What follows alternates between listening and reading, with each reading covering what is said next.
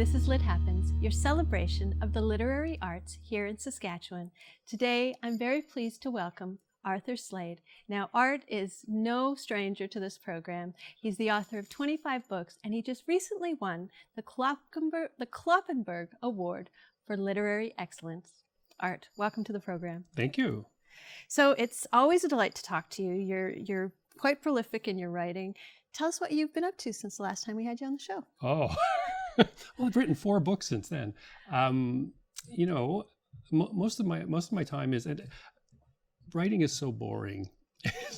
Most of my time is spent staring out this little window in my basement, walking on my treadmill desk, and putting word after word until I make a sentence that actually makes a paragraph that ends up being a book. So in that time, I've been working on these books, which are the Amber Fang novels, which are my first vampire novels.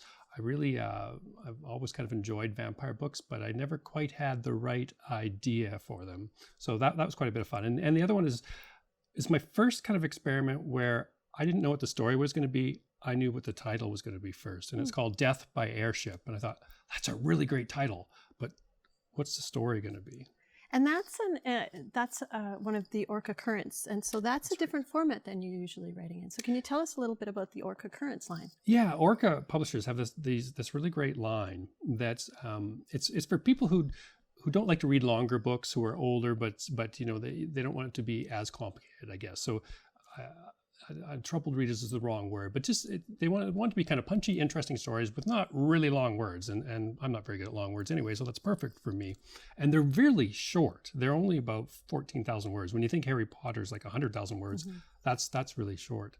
And I just like that whole idea of it going out to people who are kind of being introduced to reading in a way, and that the thing that's kind of difficult about them is that you're writing something so short, and yet you still have to make a whole novel that has characters and, you know, things have to happen.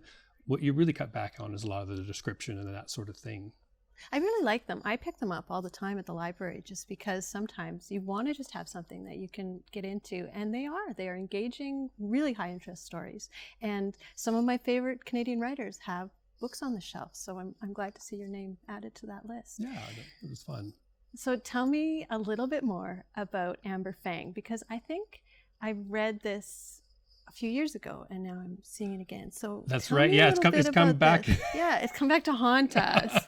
I know. Like every one of those horror movies where you get to the end and then the thing comes back again. So no, Amber Fang was actually my first experiment with self-publishing, and I had been reading so much about people self-publishing and making a killing at it, to excuse the pun. And so I wanted to make something that was really kind of hit the genre kind of right on the head. And that's what, you know, there's lots of people who still read vampire books. They're not as popular as they used to be. And so I did this whole experiment where I wrote the books, I published them myself. There's not 2 of me. And it was fairly successful. I was able to sell lots and lots of ebooks, but I found that I couldn't sell paperbacks. And that's what publishers do. They print paperbacks, they sell them for you. And so I approached them and Orca and said, you know, I already have these all written. They've done fairly well. Can you take them and turn them to actual paperbacks and get them into the stores? Because the stores, it's a really hard slog to if you're an individual self-published person, to get the stores, especially stores all across North America. It just takes too much time. And Orca was really great about it. I think they're kind of a medium-sized publisher, and I think they're more adaptable than the larger publishers. They looked at it and they said, yeah, we can do this, and we'll put our own covers on them. We'll get them out to stores and do all that sort of thing. So it did have a second life there, and that's one of the things I really enjoy about writing is I enjoyed the whole thing of creating it myself, but also saying it to somebody else and see what they did with it. And I'm still not sure which covers I like most, whether the ones I chose or the ones that they came up with. I really like the ones you chose. Yeah. Those ones I think they have a very specific market, and so I think it took me a while for these ones to grow on me, and I really like them now.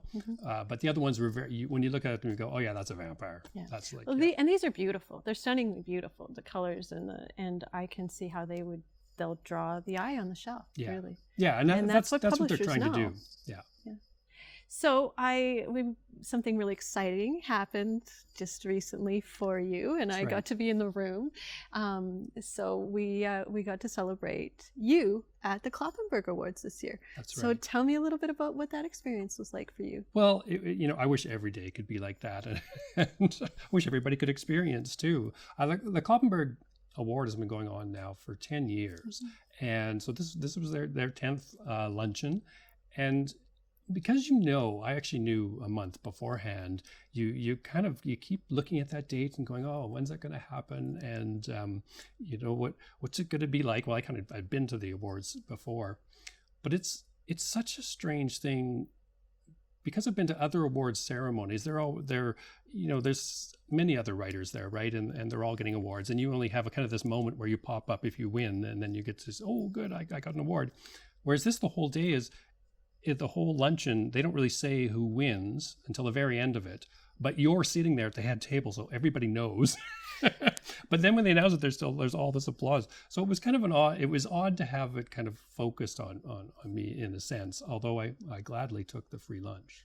Well, and it's I've been a volunteer with that award ceremony for a few years, and I get the guest list the morning of or the night before, so I get to figure it out, and everybody could also figure it out, not just because you were at the head table, but because your parents and your daughter and your wife were all sitting up there too. So they're really big fans. but just to sort of jump off that, your parents were so proud of you, and your dad and I had a nice little moment where he, and to see somebody who's, our age, who has parents who are so involved and who are so proud of you, it's really a lovely moment to see. I think that was one of the, there are many wonderful things about the award, but one of the things is to actually have my parents in the room, and you don't always get to thank your parents. And so to have a whole room full of people and say, these are the people who supported me. I know that the Clockenburgs have recently supported me, but these people have been there since the beginning. I was really thankful to have that moment.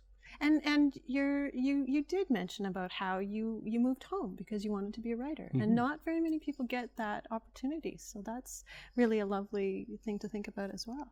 Yeah, that really kind of changed my life because I was working in advertising for 5 years before that, which I kind of enjoyed, but I wanted to be a writer. And so my dad said, well, why don't you just move home and you can work part-time on the ranch and then you could write part-time. I thought, that year really changed what happened. That's when I wrote my first book that was published. I'd written other books that weren't. And it really helped me just to focus. And it was exactly kind of at the right time in my life. And everything kind of took off from there, bit by bit. Well, and we're also grateful for that. You're such a great part of the writing community here in Saskatchewan and nationally. And kids love your work, and adults do too. So you've done really well. So congratulations on all of it. Thank you. And you, just a couple of seconds left. What are you really excited about working on now?